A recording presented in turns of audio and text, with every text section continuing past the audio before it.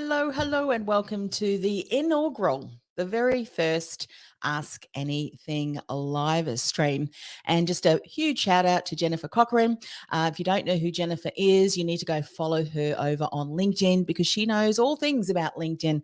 And I've just participated just recently in one of her challenges, a 5-day LinkedIn challenge.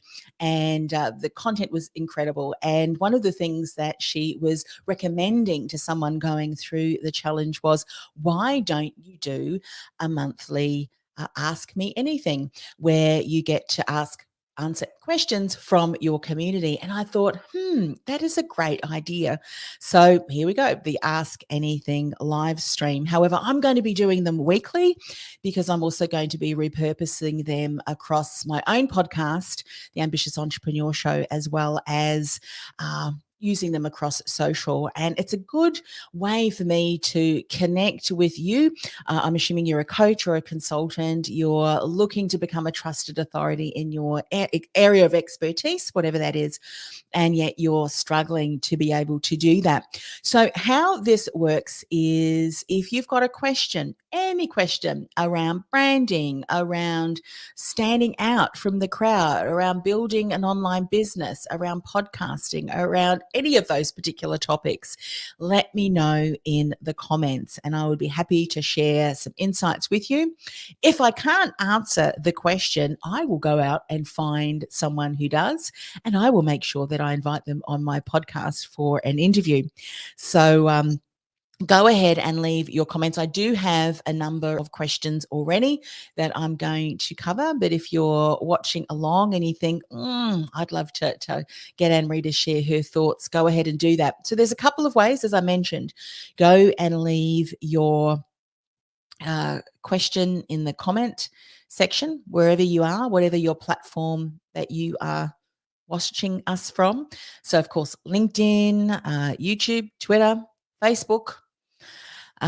Leave your comment, your question, or if you're brave enough and want to join me live, go to bit.ly/ using the capital A, Ask Anything October 6. So you have to use those exact characters, the capital A's and the capital O and the number 6, bit.ly/ Ask Anything October 6. And then I will bring you in to the live stream and get you to ask your question live. But if you don't want to be live, then that's okay. You can ask your question on the comments and I will answer them. Okay, so the first question that I had, this was in my Podcasting with Purpose community. Someone came in and asked this question: as I understand things, without a voice in my industry, I remain behind the ball game.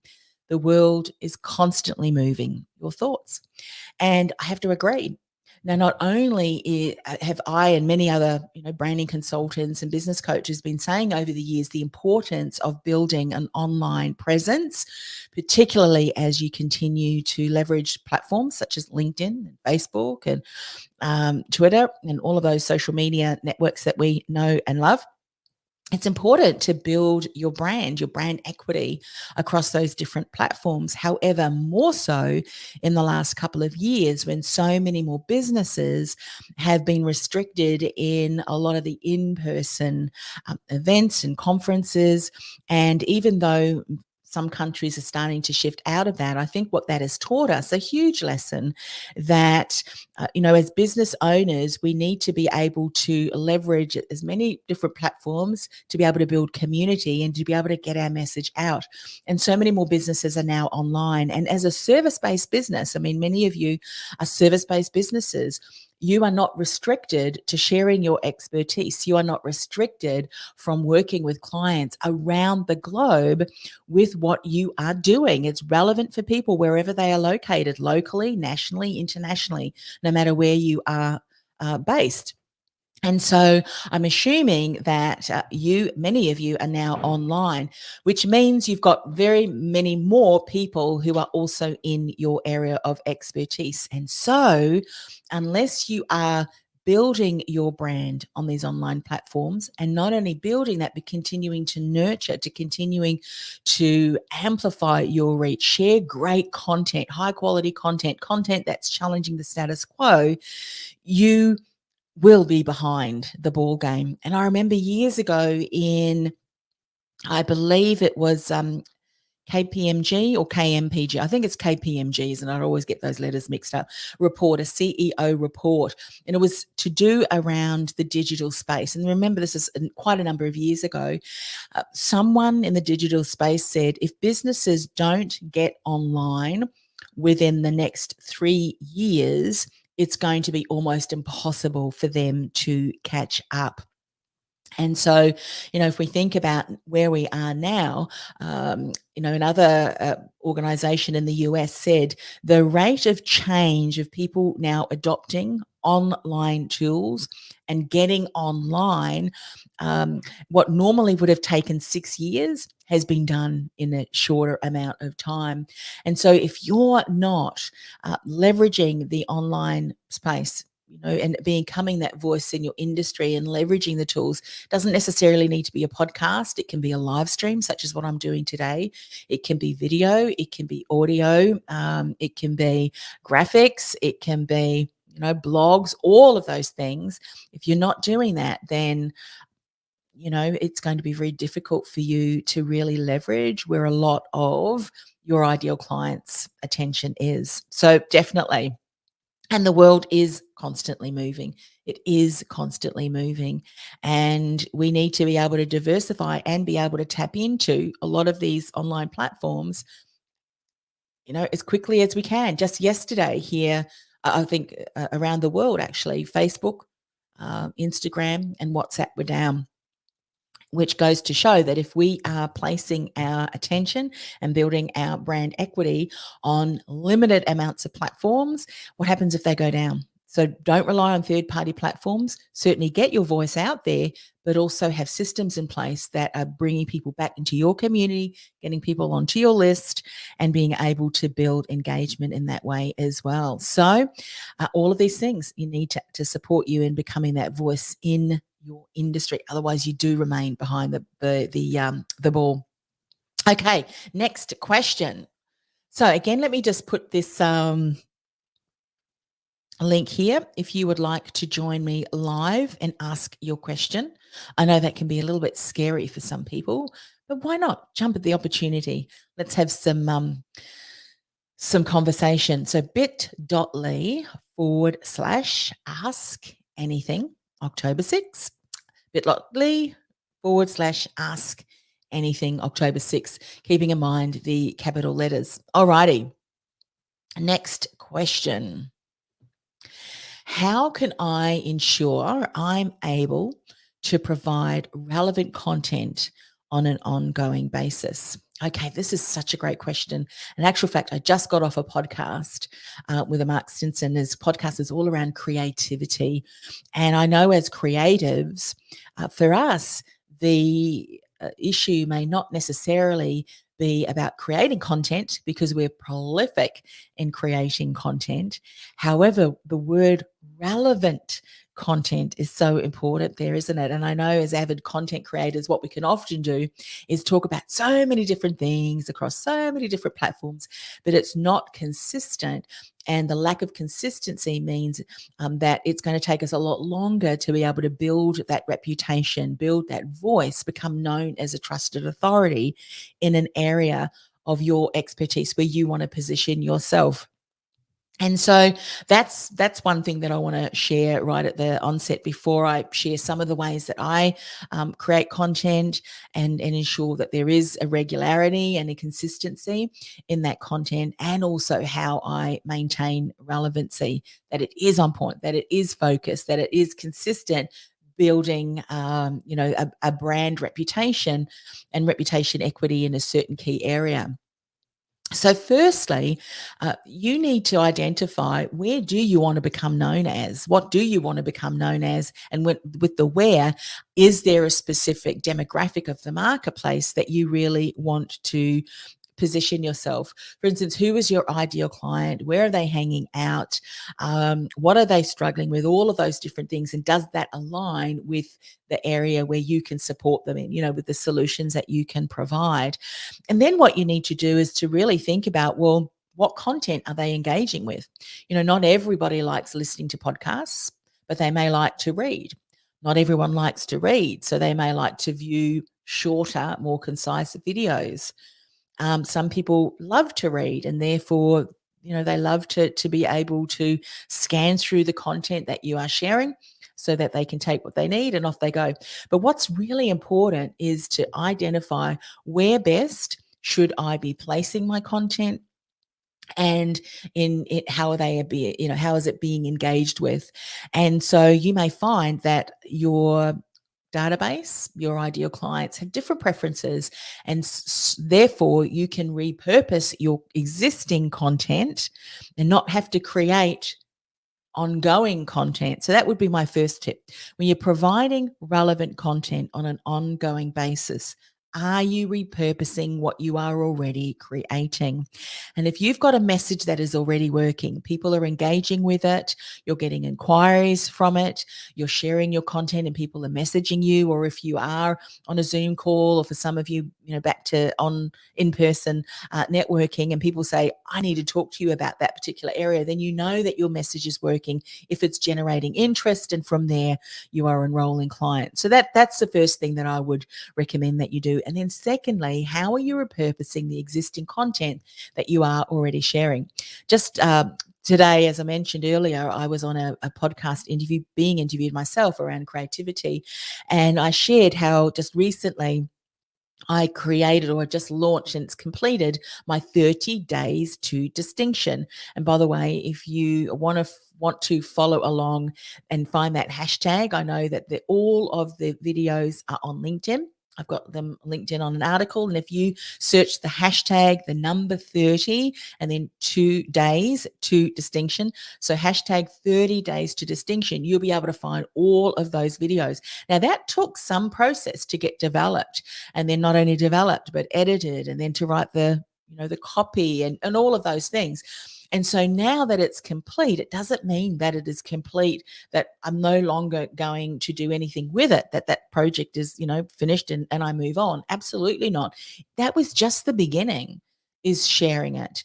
I mean, I've got a number of different ways that I can repurpose it. I'm sharing this because I know, as service-based businesses, the people that are having to create content as a way to get our message out into the ears, the eyes of our ideal clients, we're not repurposing our content enough. And I'm not talking about just copying and pasting the same old, content across different platforms.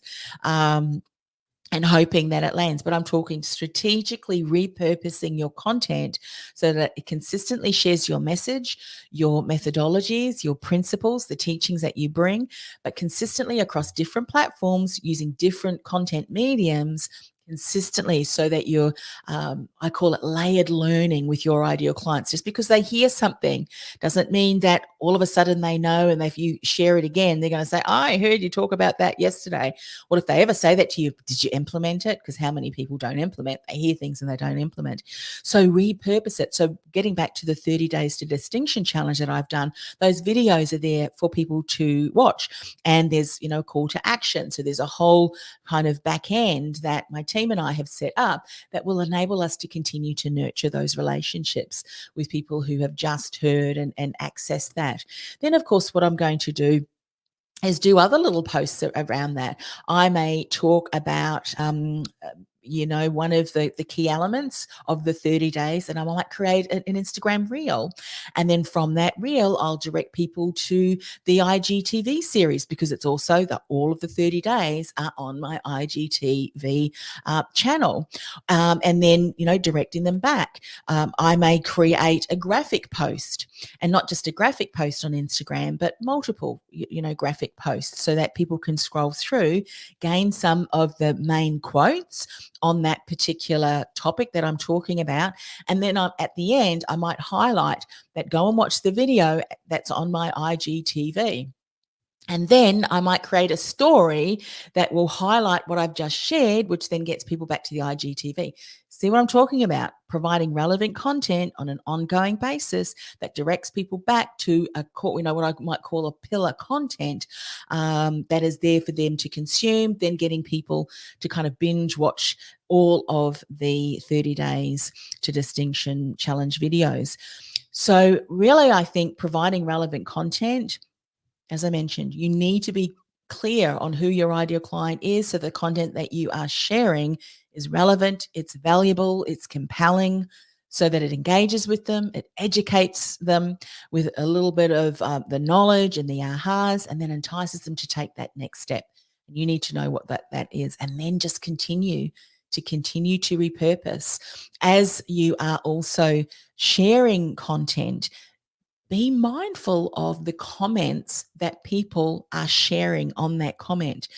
What I mentioned in today's podcast, and I want to share here again today, is a lot of the content that I'm now sharing. And in actual fact, the 30 Days to Distinction challenge, how to become distinguishable, uncopyable, and irresistible to your ideal client, even if you're in a creative marketplace, came about after sharing content over the last 18 months and really seeing where people were struggling with. So many more coaches are now online, and so many more are feeling like the world's best kept secret. They're not sure about how to distinguish themselves.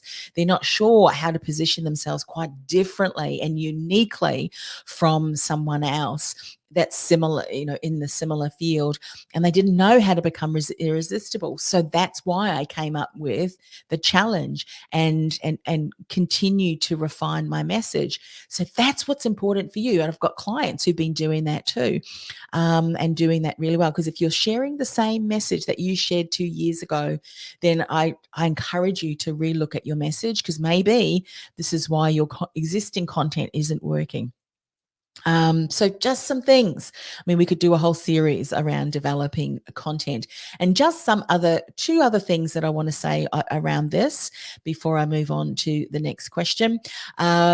If you have an idea, your message is already working, and you're struggling with ideas, this is what we teach with inside the Influence Alliance. And by the way, I'll share with you how you can become a member and try out the community for a month for just $7. Actually, it's somewhere here on the content. There's a coupon there, there's a link there. So if you want to check it out, this is the kind of thing that we geek out on right inside the Influence Alliance. But there's two things that I talk about. I talk about themes, core themes, and then core topics. So what you want to do is, if you have a look at your particular area of expertise, identify 3 core themes that you can speak into about that particular area of expertise where you want to position yourself and how you can support clients. For instance, 3 of my key themes around personal branding, which is really positioning. There's a lot of different aspects of personal branding. Podcasting. Podcasting is certainly another area which is very much, those are probably 2 main ones. And then the other one is really around kind of that mindset, because, I've such an avid believer in that I can teach you all of the systems, I can teach you all of the processes, I can teach you all of those different things that I've learned over the years. But if you don't have the right mindset to support you, you're still only going to be able to get to a certain area or level. So those are my 3 core themes. Now, under those core themes, so under your core themes, what are topics that you can talk about under each of those different themes? And I am sure that if you have a look at each of your core themes, you could break them down into 10, 20, 30, 40. It's limitless, the different topics that you could talk about. For instance, in mine, personal branding. There's a lot of different things around personal branding that I could write about, and how to position yourself as that trusted authority. Similarly with podcasting, there are dozens, if not dozens and dozens, hundreds of different areas of topics that I could talk about when it comes to podcasting. And similarly with mindset, there's many, many, many, many different topics that I could talk about that's relevant to my ideal client. Has to have relevancy, of course, around mindset. and as they want to position themselves as that trusted authority in their industry. So, what does that look like for you? What are the 3 core themes? And what are the core topics that can fit underneath that? And then each core topic becomes another piece of content, becomes an article, becomes a podcast, becomes a live stream, and so on and so forth. So, how do you provide relevant content on an ongoing basis? Get clear on what that content is. And if it's working, then use the 3 themes and the core topics underneath that, and then continue to share. So, hope that was helpful. So, again, I'm only going to be live here for 30 minutes. And if I don't have enough questions, that's fine. It doesn't matter. It's how I can be most helpful. As I said, I've got a few questions that I've already lined up that people have asked me over the last number of weeks. But if you do want to join me live, if you are brave enough, and this is what I'm going to be doing each of the lives here in the Ask Anything live streams, I will always have a link that will allow you to come on live, and then maybe if we can get the text set up properly, I'll also be able to go live on Insta and then bring people in from Instagram as well. But that's kind of down the track. There's a few technical things that we need to get sorted out. But anyway, this link, if you want to join me live here on the live stream, bit.ly/ask anything October 6 with the capital letters there. That link, by the way, is going to change each and every week. So that's okay. All right. So let's have a look at the next question. Which one here? Is it possible that I'm able to profit in a seemingly niche sector when it comes to my podcast? This is such a great question. And by the way, this week we have my profitable and purposeful masterclass for podcasting, specifically on podcasting.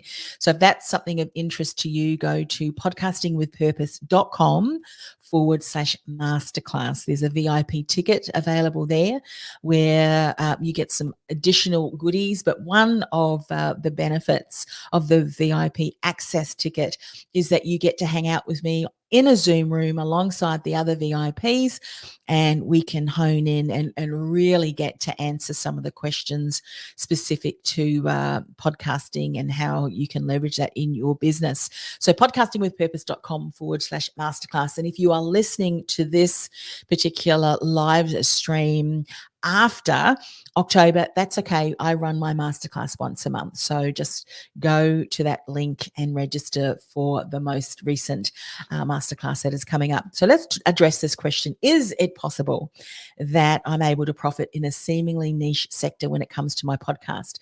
So I'm going to say yes, and I don't like the word but. So I'm going to say yes, and yes, it is able to be leveraged and profited from. However, and you want to do some investigations into, are your ideal clients in your niche, are they investing? That is probably something that you want to consider and figure out before you decide to launch your podcast and become known as a trusted authority in that area of, niche sector. Because if your niche is not readily investing in themselves, and some niches don't necessarily, they may have a huge issue with the challenges that they're struggling with, yet they may also be renowned for not investing. So you need to then go and do a little bit of investigation and see whether they are investing or not. They may take a longer time to invest. I know that some business models, if you have a look at the customer journey is longer, yet when a customer does invest, it can be multiple 6 figures or a 6-figure client.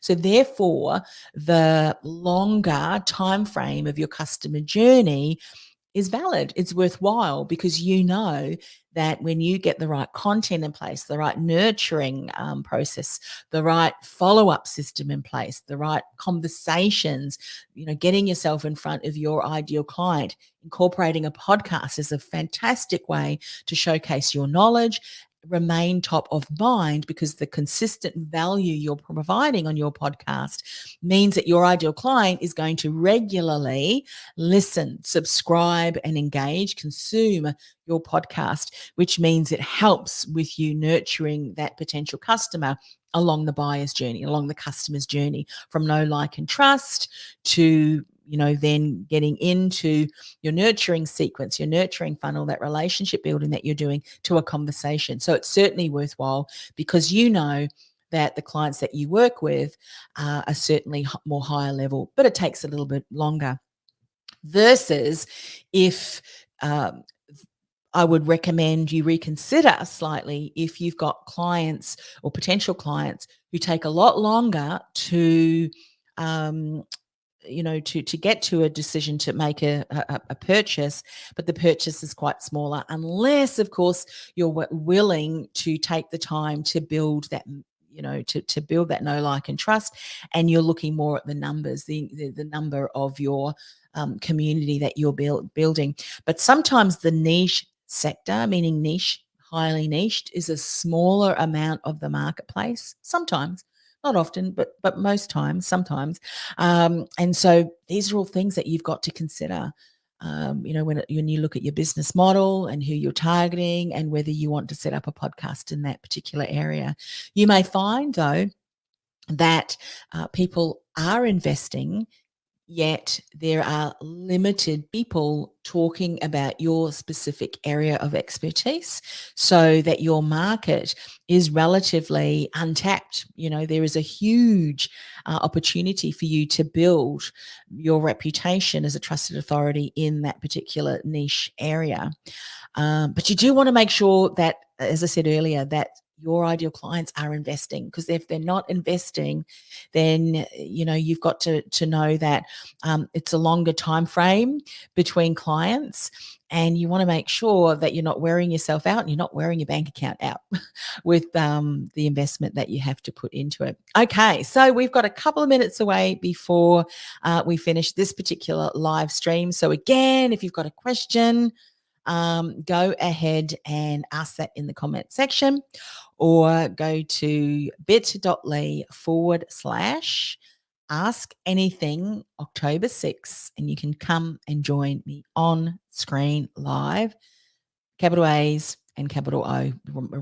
Those characters are important. Okay, so I'm going to answer one more question that will probably take us to the end of today's live stream.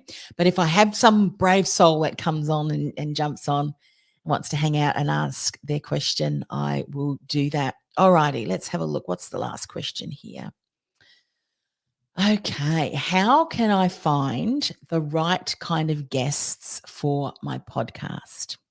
Such a great question. And remember, come and hang out with me on my profitable and purposeful podcasting masterclass Thursday, my time this week, podcastingwithpurpose.com/masterclass.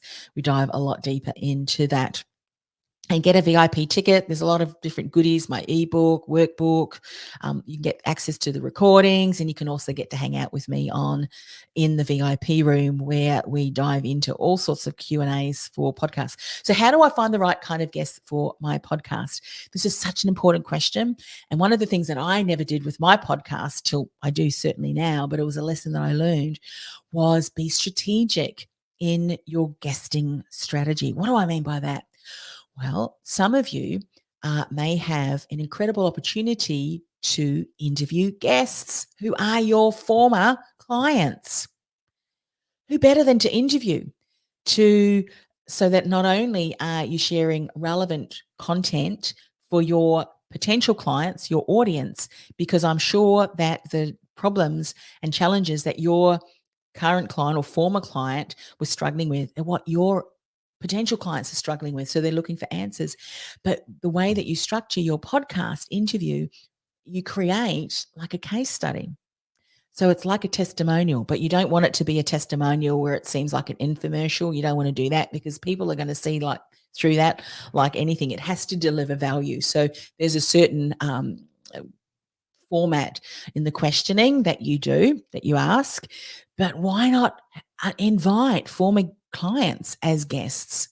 to showcase them and where they are now, where they were and where they are now. So your guests can be former clients or maybe even current clients who are really accelerating and exceeding, expectations with the services and the programs that you've been supporting them with.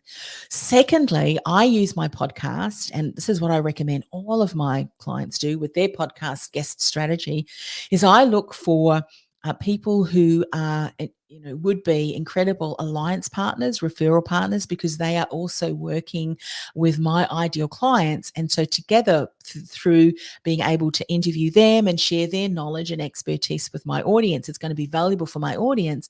However, it's also going to be valuable in that we can have a conversation after with the opportunity that we may be able to refer to one another. Maybe they have a podcast and they can get me to interview with them on their podcast. And of course, they're going to be sharing the interview that they did with me on my podcast to their community. So ultimately, I'm going to be introduced to their community through interviewing that person. Those two things alone, those two things that I just mentioned, could be a strategy that you implement and that you consistently do and can provide you with incredible opportunities as to ensure that your podcast continues to build know, like, and trust, continues to build audience of your ideal clients. Is look at former guests, former clients, and the interview is like a case study / testimonial, and alliance partners, influencers who, or someone with an influential voice that is speaking to your ideal client. So often people say to me, "Oh, I want to get these big names on."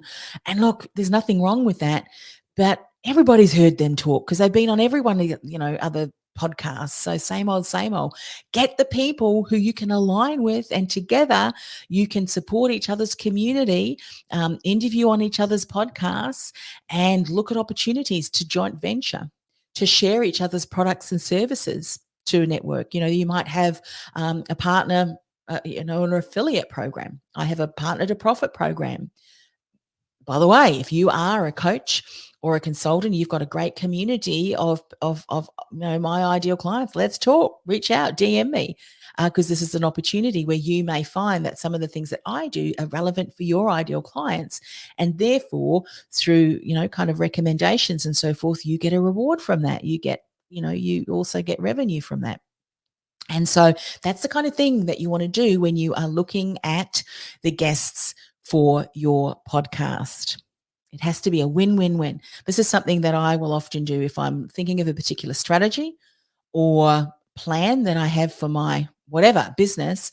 I'll ask myself, if I do this, are there at least 3 different ways that I can leverage this, that I can repurpose this, that I can use it across different areas or whatever? And if not, then I'm not doing it, because if it only has a one-time lifetime, then it's not worthwhile doing, because why put time and energy into something that you can only leverage once? For instance, this particular live stream, the Ask Anything live stream, it's going live now. It'll continue to live out there in the the webs, the interwebs, as one of my mentors would often say. It lives out there in the interwebs, but it is also going to become an episode on my podcast, The Ambitious Entrepreneur Show. So that's number 2. And thirdly, I'm also going to be able to cut up the snippets for the questions that I've answered, and that becomes things that I share across my social. So those are 3 things there. I could also use them and start documenting. Actually, I've just gotten this idea. Start documenting the questions that I've answered, which episode this is on, or what day it was on, what time it was on. So almost create like a spreadsheet of questions that I answered. I'll go back and I'll list those on the content, but I'll also have that on a database so that if I'm asked that question, my community, I can then direct people to that. Go to this particular link, fast forward to 5 minutes, and from there, I answer that question. So I can repurpose that as well across that for people in my community who may be interested in learning more. So there you go. It's been a little bit over the 30 minutes. However, those were the questions that I have been asked to answer. So I did. And again, I'm going to be here same time next week, which is on my Wednesday at 8 a.m. Australian Eastern Standard Time. And if you want to join me, come and join me live. I will be sharing a link each and every time. But if you have a question, I either email me, DM me, or when we post this on the live stream that we are going live, go and add your question and I will answer it. Or if you're brave, follow the link that I'll be sharing on each and every show to be able to come on and join me live. I know that's a little bit scary, but I'm not scary. That's right. No one here in my community is scary. And go and ask that, and we can do some actual coaching, which is something that I just love to do, even online and on streaming. And by the way, this is just some of the things that we do. This is just a tip of the iceberg of some of the things that we get to geek out on inside the Influence Alliance, which is my membership program. This is for coaches and consultants who want to make a much bigger impact in the world with their message, whether it be through a podcast or whether it be a webinar or whatever on social media, to be able to be seen as that trusted authority and to build your business, build a profitable, scalable business. We've got an opportunity, or you've got an opportunity, to join our community. And what we've done, my team and I, is we've created a way that you can become part of that for just $7 for an entire month. You get access to all of the training, and there's a lot of training. We're consistently adding to that. But we have a weekly Q&A live stream, live mastermind, I should say. It's private within just the Influence Alliance. We have Q&As. We've got masterclasses. There is so much content that is available, but it's step by step, so you know exactly what you need to focus on at the stage that you are at in your business. On this content what we have posted today, you'll see a link, and then you'll also see a coupon that you can use to be able to access and become part of our Influence Alliance community for just $7 to try us out. And my intention is that it is so good that you will not want to leave, because you are generating success and having lots of ahas as you build your profitable and scalable coaching practice. So anyway, that's goodbye for me, and I hope that you have taken some ahas from some of the questions that I've answered, because it's relevant to you too as a coach or a consultant, a service-based business, of what I've been sharing. But anyway, I'm going to say goodbye. Have a fantastic day wherever you are in the world. And if we're not yet connected, reach out and let me know what ahas you have had. And maybe, just maybe, and I hope so, I'll see you inside the Influence Alliance community.